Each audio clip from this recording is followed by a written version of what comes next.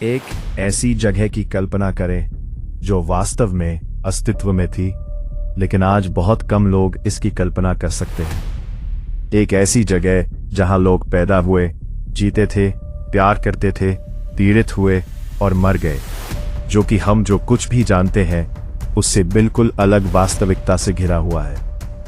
अब कल्पना कीजिए कि इस जगह का पुनर्निर्माण करना संभव है, पत्थर दर पत्थर, चेहरा दर चेहरा, कपड़ा दर कपड़ा, कृत्रिम बुद्धिमत्ता और समय के साथ बचे रिकॉर्ड की बदौलत। आप जो देखने जा रहे हैं वह पुरातात्विक साक्ष्यों, ऐतिहासिक अभिलेखों, इतिहासकारों के वृत्तांतों और आधुनिक वैज्ञानिक विश्लेषण पर आधारित एक दृश्य पुनर्निर्माण है। इस वीडियो के साथ की छवियों को AI तकनीक के साथ फिर से बनाया गया था ताकि ये अनुकरण किया जा सके कि उस सुदूर समय में वे वातावरण और वे लोग कैसे रहे होंगे। यथासंभव सटीक प्रतिनिधित्व प्रदान करने के लिए हर विवरण पर सावधानीपूर्वक शोध किया गया है। यदि आपको इस प्रकार की सामग्री पसंद है जो अतीत को जीवंत करती है, तो एक लाइक छोड़ें और रिकॉन्स्ट्रक्शन दो पासादो चैनल की सदस्यता लें ताकि आप कोई भी पुनर्निर्माण न चूकें। आइए इस असाधारण यात्रा की शुरुआत करें।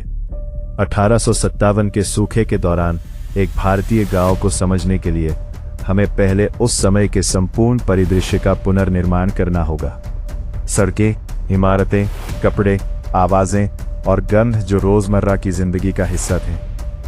प्रत्येक सभ्यता ने मिट्टी, वस्तुओं और ग्रंथों पर निशान छोड़े हैं जो पुरातत्वविदों और इतिहासकारों को प्रभावशाली सटीकता के साथ पुनर्निर्माण करने की अनुमति देते हैं कि उन प्राचीन काल में जीवन कैसा था। कहानी अधिकांश लोगों की कल्पना से कहीं पहले शुरू होती है। इस सभ्यता की जड़ें क्रमिक विकास की सदियों, शायद सहस्राब्दियों तक फैली हुई हैं। छोटे समुदाय विकसित हुए, खुद को संगठित किया, निर्माण, एग्रीकल्चर, धातु विज्ञान और व्यापार तकनीकों का विकास किया, जब तक कि वे इतने शक्तिशाली नहीं हो गए कि मानवता के इतिहास पर अपनी स्थायी छाप छोड़ सके। पिछली 2 शताब्दियों में की गई पुरातात्विक खुदाई से इस क्षेत्र में मानव कब्जे की परतें और परतें सामने आईं। हर परत एक अलग कहानी कहती है। कुछ समृद्धि और विस्तार दर्शाते हैं, अन्य विनाश, आग और परित्याग को प्रकट करते हैं। ये सीधे जमीन पर लिखी किताब के पन्ने पलटने जैसा है, जहां प्रत्येक पृष्ठ मानव अस्तित्व के पूरे युग को दर्शाता है। उस स्थान की वास्तुकला उस सभ्यता की शक्ति और परिष्कार को दर्शाती है जिसने इसे बनाया था। कई मीटर मोटी और ऊंची पत्थर की दीवारें शहर के मुख्य भाग की रक्षा करती थीं। रणनीतिक अंतरालों पर तैनात अवलोकन टावरों ने आसपास की निगरानी करना और किसी भी आने वाले खतरे का पता लगाना संभव बना दिया। मुख्य द्वारों को लकड़ी और कांसे से मजबूत किया गया था और पहुंच को सशस्त्र गार्डों द्वारा नियंत्रित किया गया था। दीवारों के भीतर शहर को एक स्थानिक पदानुक्रम में व्यवस्थित किया गया था जो सामाजिक पदानुक्रम को दर्शाता था।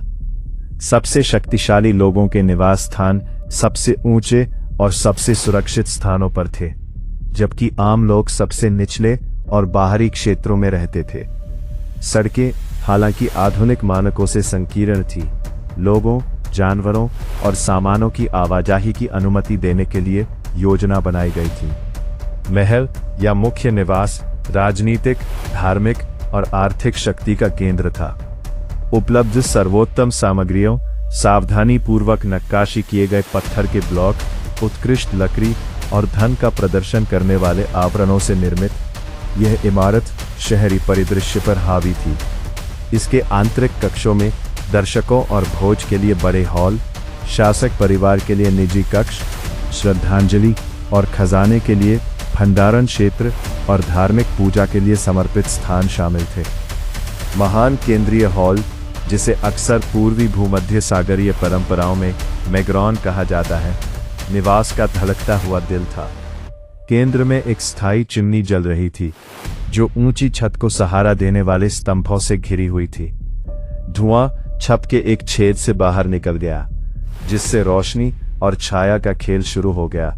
जिससे उस स्थान को लगभग पवित्र वातावरण मिल गया। यहीं पर शासक आगंतुकों का स्वागत करते थे, दर्शकों का स्वागत करते थे, भोज की अध्यक्षता करते थे और ऐसे निर्णय लेते थे जिससे हजारों लोगों के जीवन पर असर पड़ता था। महल के अंदर का भोजन उस समय के मानकों के अनुसार प्रचुर और विविध था। गेहूं और जौ आहार का आधार थे, जिन्हें मिट्टी के ओवन में पकाए गए फ्लैट ब्रेड और पूरे दिन खाए जाने वाले मोटे दलिया में बनाया जाता था, जो प्राचीन दुनिया के सबसे मूल्यवान उत्पादों में से एक है, जिसका उपयोग खाना पकाने और धार्मिक अनुष्ठानों, प्रकाश व्यवस्था और व्यक्तिगत स्वच्छता दोनों में किया जाता है। मांस मुख्य रूप से भेड़, बकरियों और शहर के चारों ओर की भूमि पर पाले गए सुअरों से आता था। कुलीनों के भोज में थाइम, अजवाइन और जीरा जैसी सुगंधित जड़ी बूटियों से बने रसीले रोस्ट शामिल होते थे। जब तट से निकटता की अनुमति थी तो मछली और समुद्री भोजन तालिका के पूरक थे। शराब का बहुत आयत में सेवन किया जाता था। अक्सर शहद, जड़ी बूटियों और मसालों के स्वाद के साथ इसे सजाए गए सिरेमिक कपों में परोसा जाता था, जो कुछ अवसरों पर कांसा या चांदी के बर्तनों की नकल करते थे। भोज महल के जीवन के केंद्रीय क्षण थे। उन्होंने न केवल खाना खिलाने का काम किया, बल्कि राजनीतिक गठबंधनों का जश्न मनाने, प्रतिष्ठित आगंतुकों का सम्मान करने, धार्मिक उत्सव मनाने और शासक परिवार और स्थानीय अभिजात वर्ग के बीच संबंधों को मजबूत करने का भी काम किया। बैठने की व्यवस्था, जिस क्रम में व्यंजन परोसे गए, शराब की गुणवत्ता, सभी ने शक्ति, स्थिति और राजनीतिक इरादे का संचार किया। भोज का निमंत्रण अस्वीकार करना अपमान था। भोज के दौरान किसी अतिथि को जहर देना सबसे घृणित अपराध माना जाता था। दिन की शुरुआत सुबह होने से पहले ही हो गई थी। नौकर और दास सबसे पहले उठते थे, अंगीठी जलाते थे, सुबह की रोटी तैयार करते थे, पानी के जग भरते थे और नए दिन के लिए कमरों को व्यवस्थित करते थे।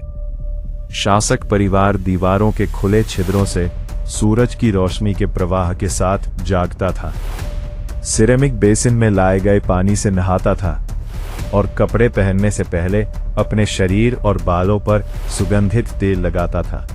आज जो कुछ बचा है वो पत्थर, चीनी मिट्टी के टुकड़े, हड्डियां और खंडहर है, लेकिन कृत्रिम बुद्धि के साथ पुनर्निर्माण के माध्यम से उन गलियारों, उन भोजों, उन कपड़ों और उस दुनिया की फिर से कल्पना करना संभव है, जहां वास्तविक लोग रहते थे, प्यार करते थे, लड़ते थे और मर जाते थे। इस वीडियो में प्रस्तुत छवियां पुरातात्विक डेटा और ऐतिहासिक अभिलेखों पर आधारित सिमुलेशन है, जो अतीत को दृश्य रूप देने का एक प्रयास है, जो अन्यथा केवल प्राचीन इतिहासकारों के शब्दों और पुरातत्वविदों की रिपोर्टों में मौजूद होगा।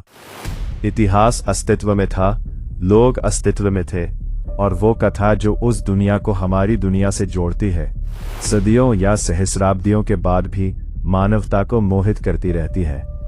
कोई भी अन्य कथा प्रेम, युद्ध, राजनीति और त्रासदी को इतने सशक्त ढंग से एक ही स्थान पर लाने में कामयाब नहीं हो सकती। अब नहीं हुई है, और इसीलिए इतने समय के बाद भी हम उन दीवारों, उन चेहरों और उस जीवन को फिर से बनाने की कोशिश कर रहे हैं जो कभी अस्तित्व में थे। और अब प्रौद्योगिकी के लिए धन्यवाद, हम अपनी आंखों से फिर से देख सकते हैं।